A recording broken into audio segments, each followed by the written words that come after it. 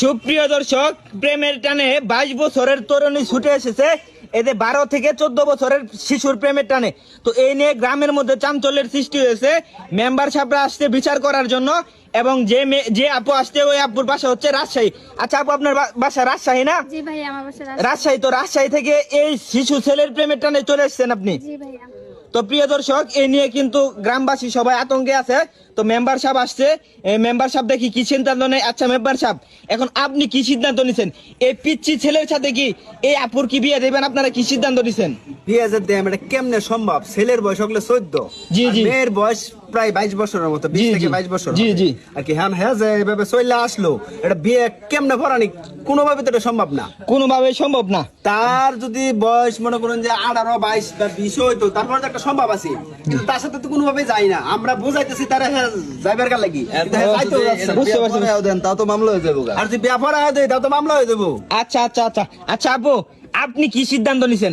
আপনি কি এই পিচ্চি ছেলের সাথে কি আপনি আপনার কি বিয়া দিয়া দিব এরকম কি চিন্তা ভাবনা? তার সাথে আমার ফেসবুকে 1 বছর যাবত রিলেশন। আমি জি, জি। আজকে চলে আসছি তার বাসায়।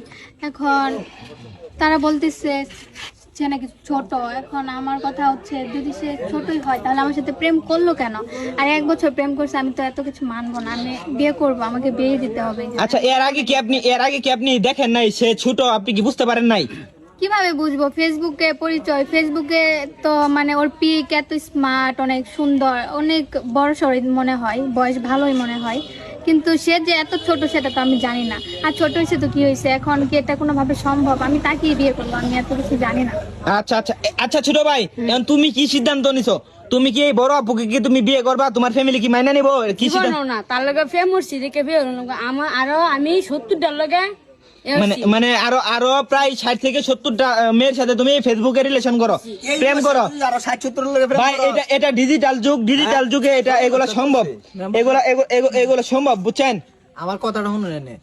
কথা নিয়ে একটা বাচ্চা যারা 70-80টা কইতে আরো এমত করে, এরম করে প্রেম করে। এমত তো মানে আরো আমরা আইনারা বিচার লয়ে মানে আইবো, এরকম কোন আরে পরিকল্পনা। আগে তো এর বিচার হওয়ার দরকার। হ্যাঁ হেরে যে মোবাইলটা দিছে গেলা, যে মোবাইল দিছে তার বিচার করা দরকার।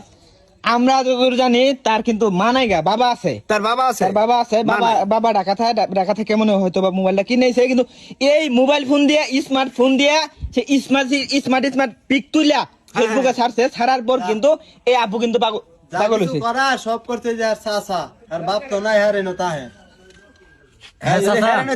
চাচা, আর এই যে এটা হচ্ছে তার বড় বোন, এই যে স্যার বড় বোন। এই বড় বোন তো কোনোদিন খুঁজ পাইলো না যে হ্যাঁ যে মোবাইলে ভাই প্রেম করলে তো আর বাইরে আর চাচার জানায় তো আর প্রেম করতো না। তো চাচা কি খবর লইতো না? চাচা মোবাইল কিনে দিছে। ভাই মোবাইল আমি তো কিনে দিলাম, নইলে মোবাইল ছাড়া হ্যাঁ স্কুলে যাইতাছে না। একটা না 27টা দিন অ্যাবসেন্ট করার পরে মোবাইল কিনে দিছি। আর মোবাইল কিনে দিছি দেখে যে এই ধরনের কাম করে বেড়াবে, এটা তো আর আমি জানতাম না। আচ্ছা মেম্বার সাহেব, অনেকটা ডিফারেন্স। যেহেতু বয়স হয় নাই তাদের তো বিয়া দেওয়া আমাদের বাংলাদেশ আইনের মধ্যে অপরাধ। তো আমরা সিদ্ধান্ত, আপনারা কি সিদ্ধান্ত নিছেন? আমি ভাই কইতে যাইতাছি একটা কথাটা হইতাছে, মেম্বার সাহেব চেয়ারম্যান সাহেবের এত বিচারটা এনে তুলে দিন। যা করে মেয়ে চলে থাক। হ্যাঁ মেম্বার চলে সাহেব, যাবো মানে এটা কি ফাজলামো হইছে? আমি চলে যাবো এত দূর থেকে? আমি এখানে আসছি কি চলে যাওয়ার জন্য? আমি এখান থেকে যাবো না। যাবেন না? আচ্ছা ভাই এক কাম করি, আমরা একটা চেয়ারম্যানের হাতে দিয়ে বিচারটা, এটা আমাদের না মানে সম্ভব না, বুঝছো? গ্রামবাসী আপনারা কি বলেন? চেয়ারম্যানের কাছে নিয়ে যায়। হ্যাঁ, তো প্রিয় দেশবাসী, আমাদের চেয়ারম্যান সাহেব যে সিদ্ধান্ত নিবে আমরা কিন্তু সেই সিদ্ধান্তই মেনে নিব। তো অবশ্যই ভিডিওটি সবাই শেয়ার করবেন, সবাই ভালো থাকবেন, সুস্থ থাকবেন, আমাদের জন্য দোয়া করবেন, এবং বাচ্চাদেরকে স্মার্টফোন দেওয়া থেকে বিরত থাকবেন। ধন্যবাদ।